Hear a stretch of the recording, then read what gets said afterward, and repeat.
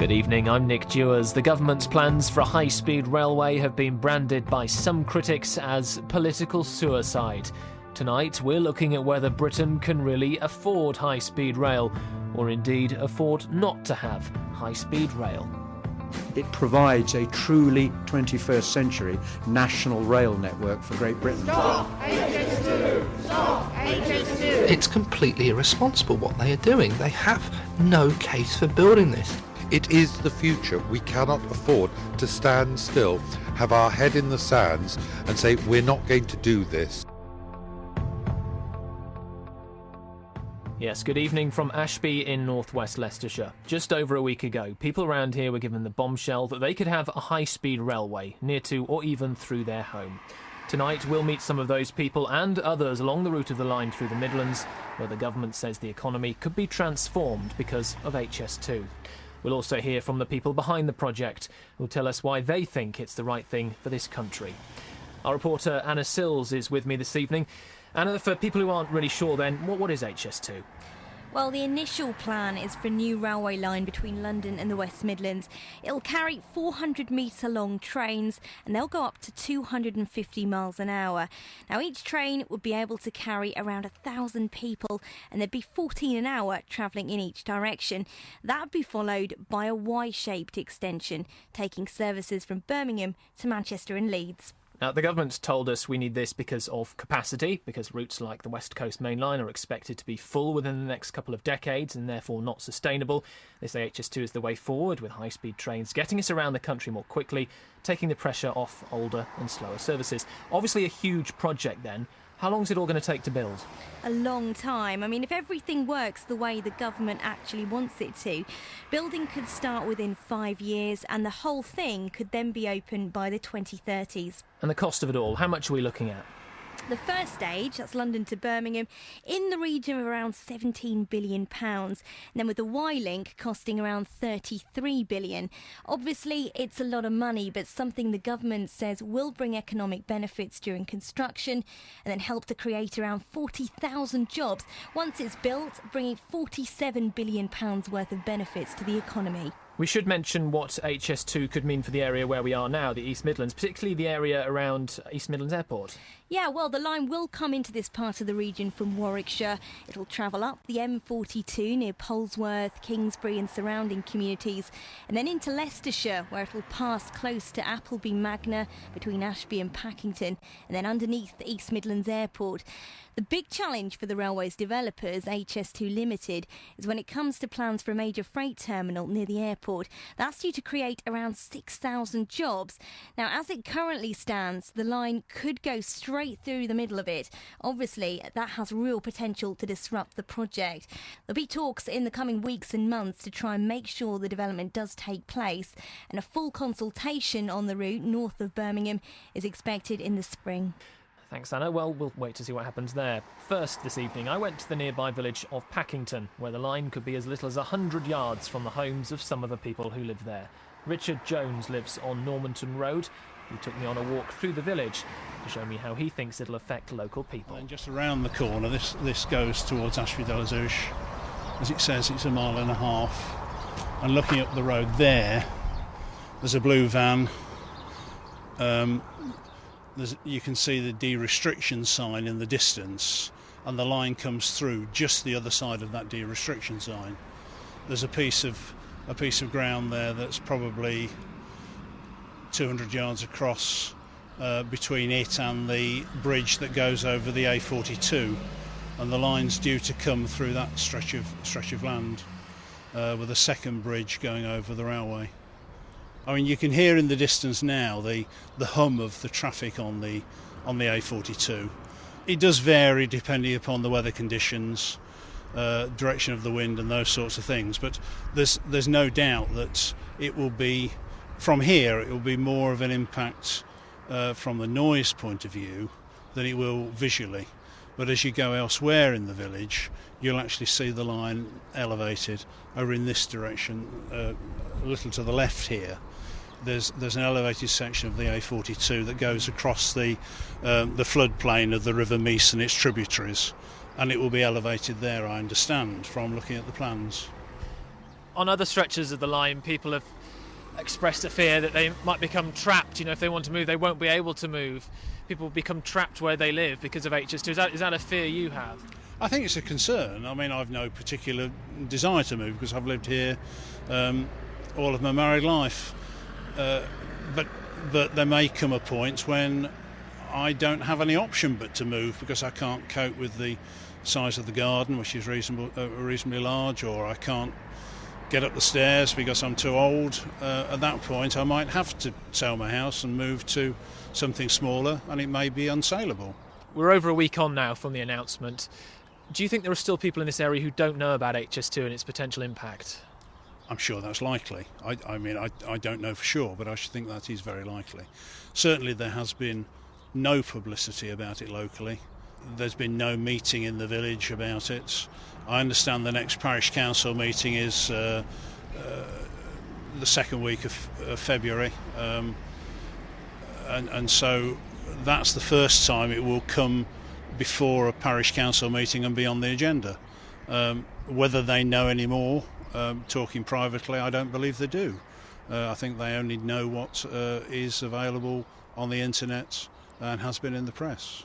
Certainly they had no formal notification prior to the announcement being made. So what's your message to people in this village if things are a bit vague in their mind, if they don't know much about HS2, what do you think they should do? Well, I think first of all they should go to any meetings that are called. I think they should look on the internet. I simply put HS2 into Google, found the government website, and looking on that you can click on the plans that Arups have developed for our section of the route. They can obviously then make up their own minds as to whether they think it's too great an intrusion, whether it will be worthwhile in their views economically to put up with the disruption. But I can't obviously influence other people's views other than to express mine. As we heard earlier, a consultation on the second stage of the route for people like Richard will start in the spring. A consultation recently ended on the compensation scheme for those affected by the first phase of HS2. As it stands, there are a range of possible outcomes for people affected by the line. Some could have their home bought by the government, others will get financial compensation, and others will get nothing. HS2 Limited are the company working on the high-speed line on behalf of the government.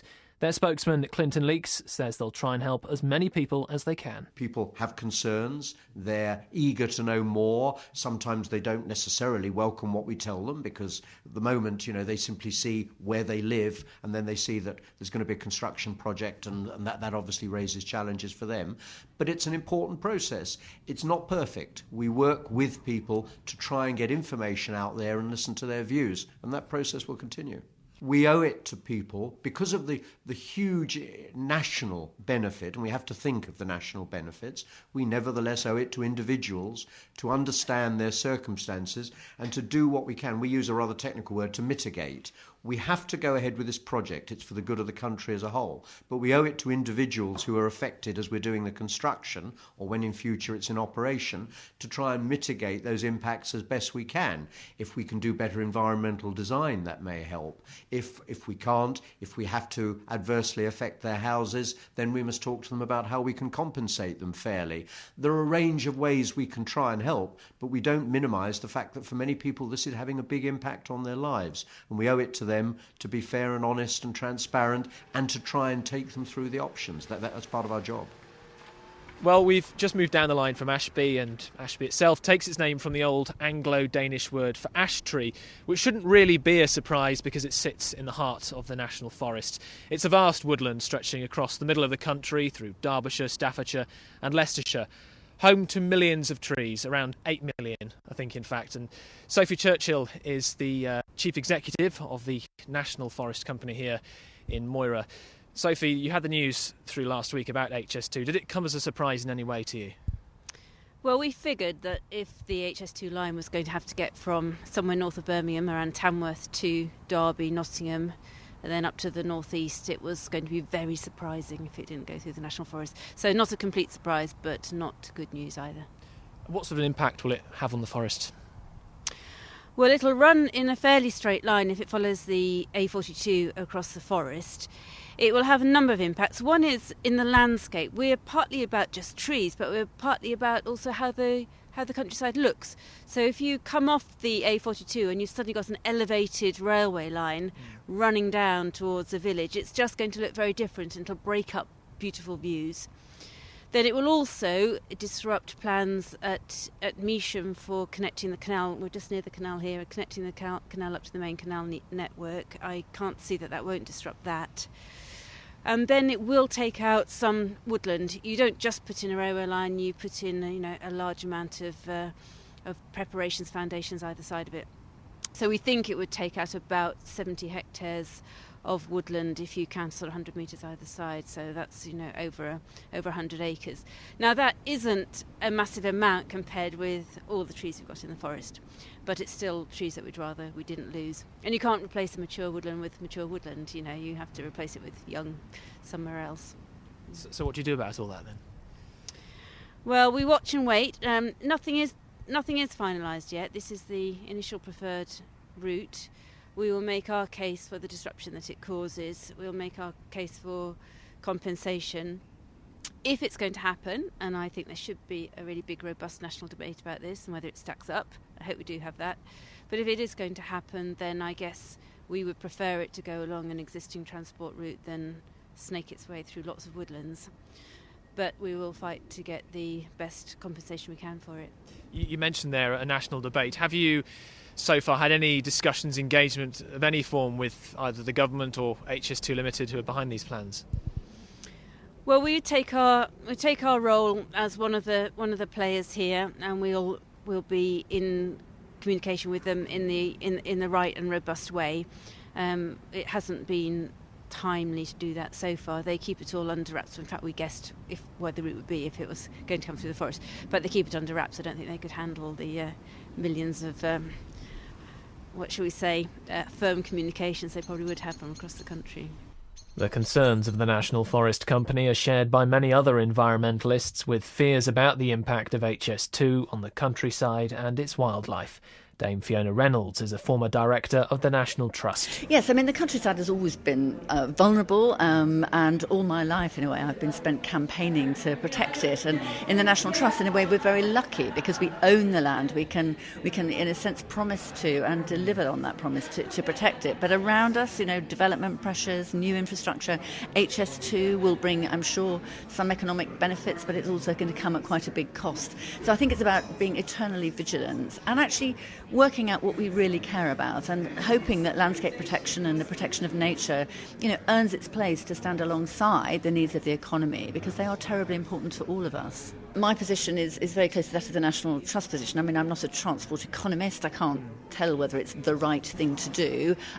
If we're going to do these things, though, however, we should do them as beautifully and as greenly as we can. So we make an exemplar of how to put a new piece of infrastructure into the landscape well. And HS2 hasn't quite passed that test yet. I'm not convinced there's enough weight being given to aesthetics and to ensuring that it doesn't cause unavoidable damage. Some have called HS2 a political nightmare for the government, who are facing a backlash from many of their own MPs over the project.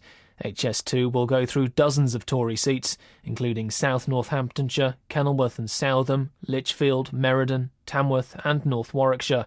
The Conservative MP for North Warwickshire is Dan Biles. He was elected with a majority of just 54 at the last election. When it comes to high-speed rail, Mr Biles told us he's determined to do the right thing for his constituents and not for his party. It's a two-pronged approach. Try to stop it. If we can't stop it, try to improve it. We always expected that the Y route was going to be here, but it is a disappointment because I now believe with Phase 1 and Phase 2, we're probably the worst affected borough outside of London. The problem is we're in the situation where we're going to get a lot of the problems and the negative externalities of this railway line, but there's no real evidence that my constituents are going to get any benefit from it. And some people are going to be very badly affected. We literally have people losing their homes. We have family farms that have been in the family for 3 generations that are going to be destroyed. It runs right next to a primary school in Waterwalton. There's going to be a very real impact on local communities. Former Defence Secretary Bob Ainsworth is the MP in the neighbouring constituency of Coventry North East.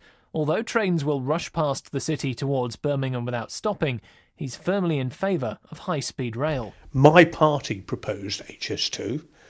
The Tories, who were furious about it at the time, have now adopted it and are pushing it through. So I think that HS2 will happen, and I don't think it will be as damaging to the city as people try to suggest that it will.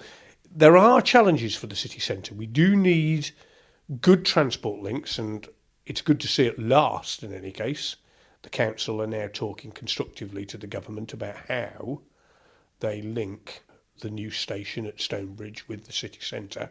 But there are a lot of development opportunities, in the northeast of Coventry, in my constituency, that by car are only a few miles from that new station. Within a few years, we will be telling people, come to Coventry, invest in Coventry, create some jobs here. We are on the new line. That is what we'll be doing. And we might as well get used to it. So, we've heard from a Conservative MP who doesn't want HS2 and an opposition member who does. Now it's time to hear from another Tory. Mark Pawsey is the MP for Rugby. On the face of things, he shouldn't be bothered by HS2. The railway won't go through his constituency, and local people won't face the disruption that communities on the line will. So why is he so bothered? I don't think high-speed rail is a particularly good proposal as far as Rugby is concerned. On the one hand, we would be affected, as everybody in the country, by the massive investment and expenditure that the project entails. But secondly, I'm rather concerned that if the high-speed intercity traffic starts to go on a new line, what would then be the future of the West Coast Main Line? And we currently have good fast services, particularly to London, and I'm a bit worried that in order to maintain volumes on the legacy line, that an operator would stop more frequently, and the fast service that we currently enjoy wouldn't be as good in future as it is right now. No income tax, no V8, no money back, no guarantee. Black or white, rich or poor, we'll cut prices. Welcome back to our HS2 special. No money back, no guarantee. So says the song from the Only Fools and Horses closing credits.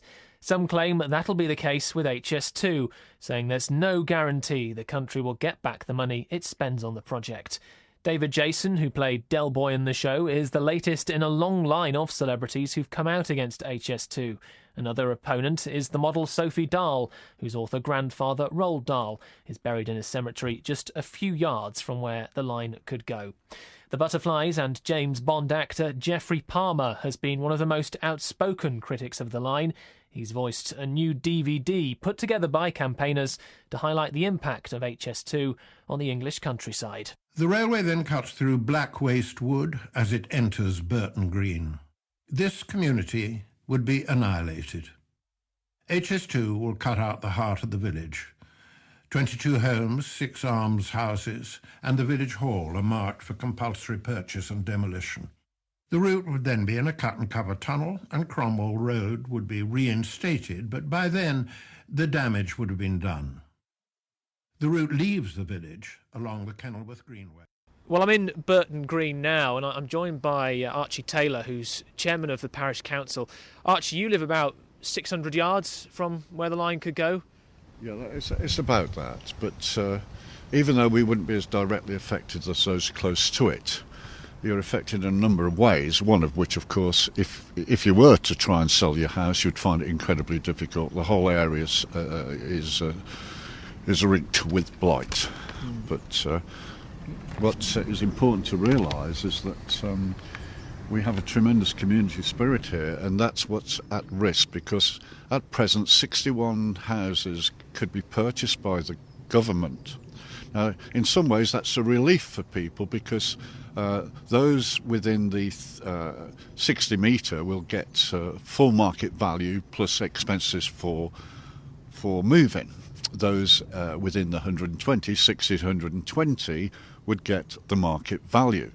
Now the reality is, though these people have lived in Burton Green for many, many years, and people generally stay here for a long time because they love living here, many of them, I am sure, will leave. HS2's been thrust into the spotlight again over the last couple of weeks because of the latest announcement, and we heard from Geoffrey Palmer there talking about the effect he sees it as having around here. Does it help when celebrities and other famous people, if you like, come out and and give their views on HS2? Does it help your cause? It doesn't harm our cause, but the reality is that the government's not listening.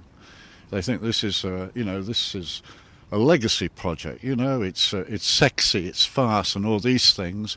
The opposition groups have put many arguments forward which they haven't been able to answer, but they're not listening. They've handed it over to the bureaucrats. It's going on, and so be it. So I'm glad that these people speak against it, but we've got somehow to change the minds of people like Cameron and Clegg, and in fact Miliband too.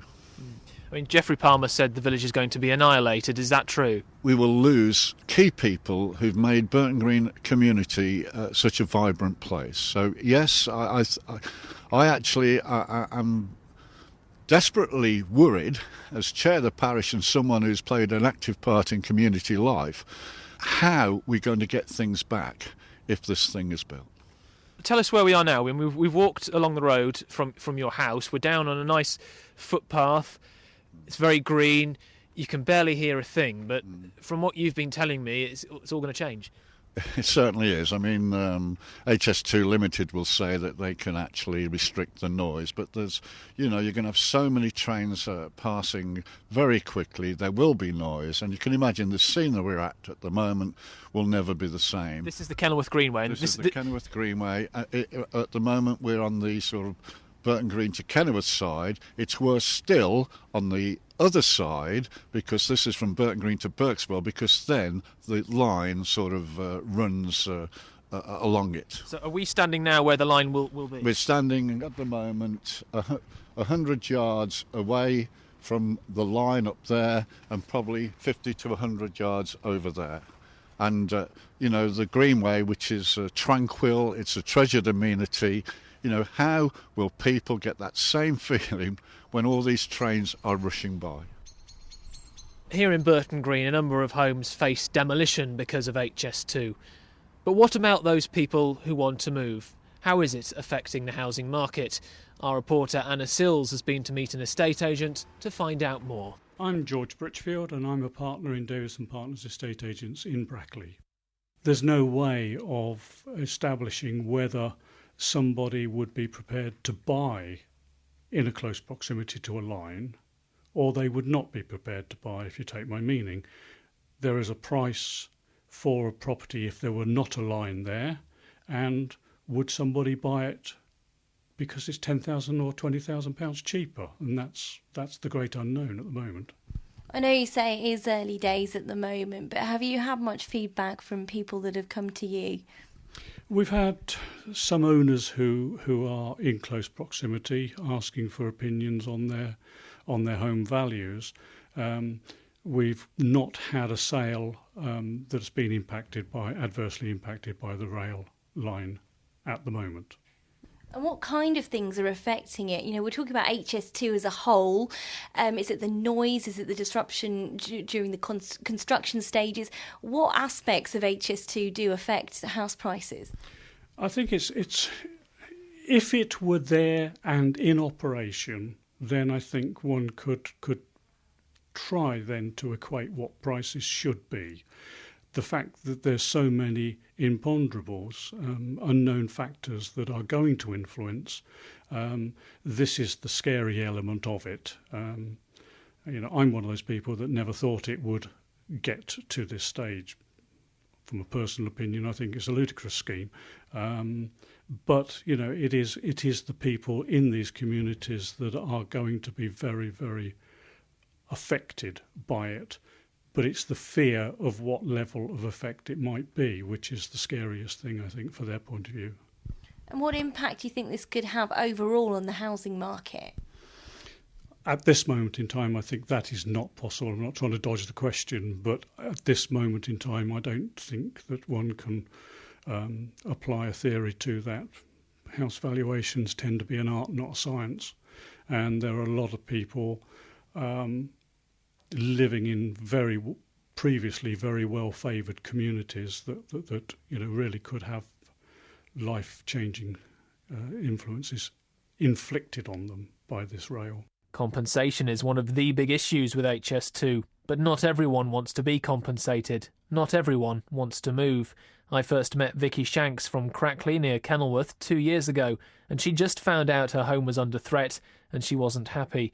The news had come as a shock not only to Vicky, but also her 7 children, as some of them explained to me at the time. We're not constantly worried, but we're just constantly thinking about it, thinking, what will we do if this does happen? Where will we go? And then we come up with all these ideas of what would happen, and then we just get, annoyed. Well, I guess it's just in the back of my head. I don't really think about it a lot, but when I do think about it, I think a lot about it because it's something that affects me and makes me worried. A couple of years on from that, and Vicky says her family are still searching for answers and still don't want to move. The problem I have is that my husband died 5 years ago. He actually committed suicide. And the children desperately want to stay in the house they lived in with him because the few happy memories they have of him are here. They're based around the house, and so this represents their security, their emotional security, and they are desperate not to have to move. So no, that's not a solution either. So I fall between two stools really, because it's not a solution for them to give me the money to move, but it's also not a solution for us to stay here because the children won't be able to live with the repercussions of HS2. Do you in any way take strength from the fact that there are so many people in a similar situation to you in the area and the support you get from organisations like Stop HS2? Does that help? It does help enormously. Everyone has banded together as a very solid group opposing HS2, and we do offer each other a lot of support, but everyone's individual circumstances are very, very different, so it's difficult to offer each other practical support because we can't. We're all in very different situations. So yes, emotionally it's nice to have that support, but really the support needs to come from the government and HS2, and that's where it's not forthcoming. I mean, overall, I think it's been 2 years now, perhaps 3 years even, since you found out about these plans. Do you feel you're any further forward in understanding what might happen to you and your family? No, absolutely not. It's nearly 3 years since I saw a piece of paper flapping on a telegraph pole, which was Joe Rukin organising a meeting to tell everyone what was going on. And I think if I hadn't seen that, it would have been a long, long time before I would have known anything about it. But I have to say, I'm no nearer any kind of solution or knowing what's going to happen now than I was nearly 3 years ago. The HS2 have been extremely bad with cooperating and communicating with people about what the end result is going to be. How much of a personal toll has that had on you and your family? Huge, absolutely huge. It's been a black cloud hanging over us for nearly 3 years, and the children already have emotional needs, and 4 of them are autistic, 2 have cerebral palsy, so there are a lot of other things happening in their lives, and they don't need the spectre of HS2 hanging over them as well. So it's been, and the stress it's caused me with not knowing how to move forward and how to progress our lives has been immense. The government says HS2 will boost our economy, with the benefits including income from ticket sales, reduced congestion on the roads, and the creation of thousands of jobs. Peter Thornton regularly travels from Birmingham down to London for work. I joined him one morning to get his thoughts on high-speed rail. Peak trains at the moment are seriously overcrowded, and sometimes you don't even get a seat. So, getting a seat is one of my priorities. I understand that, that some people are impacted, but I think the impact is probably overstated. You've got to think of the greater good. I think people who are impacted need to be properly compensated. But we all live close to railways, and we live with them. It's not, we cope. This argument that by being on a train you're wasting time, is that what you go along with? Because what the government's saying is shorter journey times, people can get to work quicker, they're not wasting their time travelling. But surely that's not the case, because a lot of people work on the train, don't they? I think people do work on the train. I certainly work on the train, so I don't consider train time wasted. It's quite different to time sat on a motorway, which I believe is wasted. When you're driving, you're not working. But on a train, yes, you can work fairly effectively, as long as the train's not overcrowded and it's got the right facilities. Then it can be very productive time. But then we are a little bit sensitive to the duration, because if you've got to get to London for an early morning meeting, then a quicker train allows you to lie in a bit. Storage, next station, call. Well, we've almost reached the end of our journey. In the time it's taken you to listen to this programme, you'd have travelled 3/4 of the way along the London to Birmingham stretch of HS2 and be whizzing through the Warwickshire countryside at speeds of more than 200 miles an hour. Our final comment tonight, though, comes from the Deputy Prime Minister. I caught up with Nick Clegg on a visit to Leicestershire this week, one of the counties most affected by the latest HS2 announcement. I asked him whether high-speed rail will be worth its cost to our economy and our communities. I'm a huge supporter of the high-speed 2 link because I think for too long prosperity and growth in our country has been, not always, but has been too often confined to the southeast. We've relied too heavily on the City of London. If we want the whole country to share in the prosperity of the future, then we've got to link up the whole country. And I think the experience of what they do in everything from France to Brazil to China, everybody else, Germany, everybody else invests in high-speed rail for a very good reason, because it's a tried and tested way not only of creating jobs now, all the people who will be employed in constructing the line in the first place, but also it's a great way of making sure that you increase investment to other parts of the country who in the past haven't shared in our national prosperity as much as they deserve to. I mean, since it was first announced, we've spoken to dozens of people whose lives are going to be devastated because they got the line going through or near to their home. How do you reassure people about their future? Well, I think it's just unavoidable, of course, if you're building a new high-speed rail link, that there will be some people who will be affected. I think there's just no point somehow ducking from that controversy. There is. We either decide as a country, this is something we should do for the country as a whole, but then of course we need to respond as generously and sensitively as possible to the communities, the households, the businesses who are affected. And there's a very, very substantial and generous programme of compensation. Of course, there's a huge amount of warning. This is a project which won't be built in full for another 20 years. I hope with time and with generosity, and of course the routes that were published, the draft proposed routes that were published recently are still, of course, susceptible to change. This is about a public consultation, and I've no doubt there will be changes, some of them perhaps quite significant in the precise trajectory of the route. Well, we're at the end of our HS2 journey that's taken us along the line through the Midlands. Whatever you may think about the project, good or bad, it's clear it's going to have an impact on thousands of people. From Anna and myself, it's good evening.